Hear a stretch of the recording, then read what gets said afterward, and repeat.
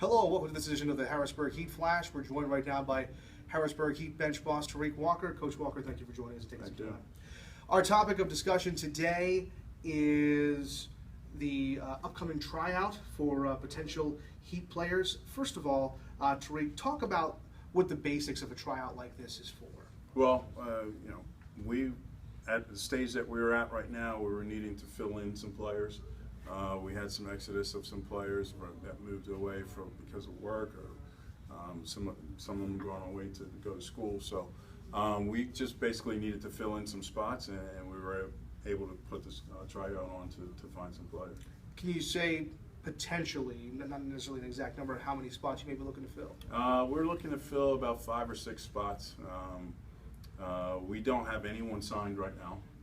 So that's also positive for anybody looking to try out. But the contracts that we are just going to start going over in the next few weeks here. So the tryout will come just in time for us to start really getting into contract talks for October 1st.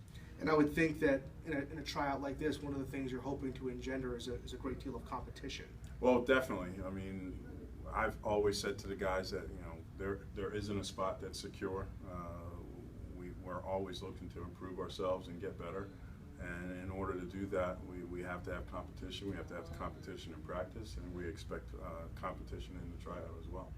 What can well, obviously you had a tryout like this last year. Talk about how that went. Oh, it went well. I mean, actually, we had 5 or 6 guys from the tryout on our full season schedule.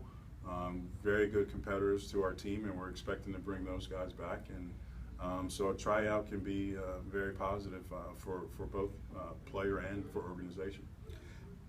Talk about what a potential tryout prospect, what kind of paces can they expect to be put through during this tryout, and how do you guys get a look at the talent? Well, we basically, because it's indoor and the timing of the sessions, we basically play.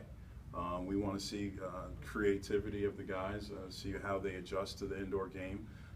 We like to see creative players and see how they show their creativity through competition. And the only way to really do that is by playing. We get in and the guys get a little bit of a warm-up time and meet each other on the team, and we show them a little bit of diagram of how we like to play, and then we let them show us if they can fit that mold by playing in games. Are there any requirements athletically? Do they have to run a certain 40 time? Do they have to be fast, slow? How do you work that? No, we don't do any type of testing at that point. We can tell through playing, especially with the indoor game, your fitness will show. Whether you're fit or not, it will definitely show through playing the game. So we don't go through any type of testing that you would normally see throughout a season. Do you expect when a competitor comes into a situation like this to just be ready in terms of their fitness level, or do you No, I mean, we understand that we're going to see all aspects, all levels of athlete at that point. We are willing to work with individuals to get fit through a preseason process. So we're not expecting the highest level of fitness at that point. We are mainly expecting, show us your skill level, show us your talent level, show us your creativity, and we can see whether that can fit into the rest of the team. Is there any kind of written application in terms of, do you look at resume from where they may have played before in the past and things of that nature? Through the tryout process, we don't. When it comes down to actually signing and whether we invite back to our preseason, that's when we start to look at, all right, this guy showed well at tryout, what's his resume? So that's when we start to look at it. But before a tryout, no, we don't look at anything like that. We want to see the talent level. We want to see how you fit in.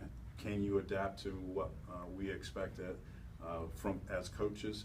And then maybe, when we start to get into the discussions about contracts and do we invite this person back, then we might take a look at resume. But for us, are you talented enough and can you fit the mold is what we're looking for. So it really sounds like, I don't want to put words in your mouth, Coach, but it sounds like what you're saying to me is that it's an extremely level playing field in terms of a tryout. Oh, definitely, definitely. Like I said to you before, we had 4 or 5 guys that we had no sight or seen of from last year's tryout to actually come in and make our squad. sign contracts, and we're contributors to our team. We're not bringing in players to just have for practice. We're bringing in players to actually contribute to our team, and that was evident with a couple of guys that we brought in last year.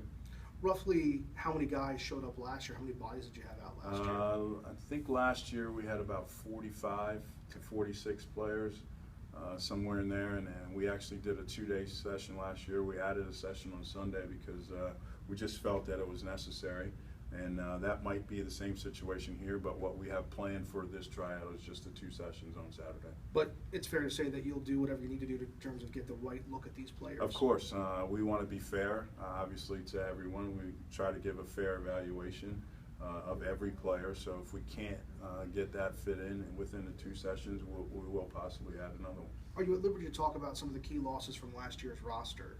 You mentioned that you had some losses from last year's roster. Yeah, I mean, we can. I won't go into exact detail, Okay. but a player like Zach Sell has left us. He has moved on for an employment opportunity elsewhere. Craig Tyrell has also retired. I think we announced Pat Crawford was retiring at the end of last season. So that's just 3 guys right there that we'll be looking to fill their spots. And I guess there's some too that it's still up in the air. There's some guys you may have lost, you may still be able to re-sign. Is that fair as well? Well, yeah, that's fair to say. We're starting some contract talks with a couple people.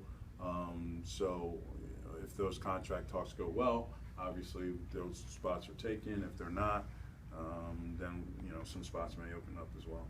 And then just to recap, Coach, it sounds like basically if you feel like you might have a little soccer skill, come on out and show them what you got. Pretty much. And that's what we want to see. We want to see what's your talent level. Can we fit that into our team? And so I'm not expecting people to be 100% fit, but can you show us your talent, show us your creativity, and can we fit that into our team?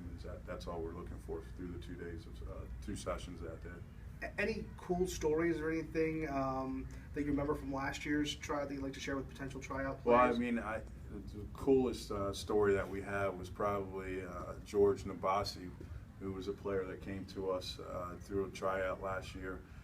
Played in all 19 games. I think he only missed 1 game last year through injury, but a very young player, straight out of college, and super quick.